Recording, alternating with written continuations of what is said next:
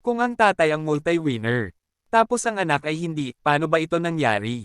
At dahil dyan maiisip natin, bakit ba hindi nagmana sa tatay ang galing? Alam mo bang ang anak na babae ang nakakakuha ng husay ng broodcock?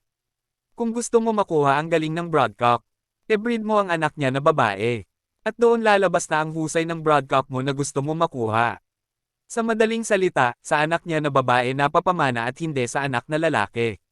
Kaya e-breed mo ang anak na babae ng broodcock para makuha mo. At dahil sa babae nakasalalay ang potential. At galing ng multi-winner na broodcock.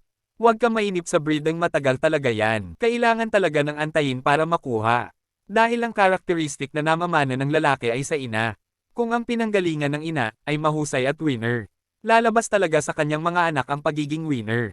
Kahit ano pa ang mangyari sa broodcock mo or mawala na, maiiwan na niya ang fighting style niya. Kaya maraming mahuhusay na breeder sa larangan ng sabong. Dahil sa pasikot-sikot na breeding. Maraming klase ang breeding. Mayroong inbreeding, crossbreeding, at iba pa. Dahil hinahanap nila kung ano ang gagana.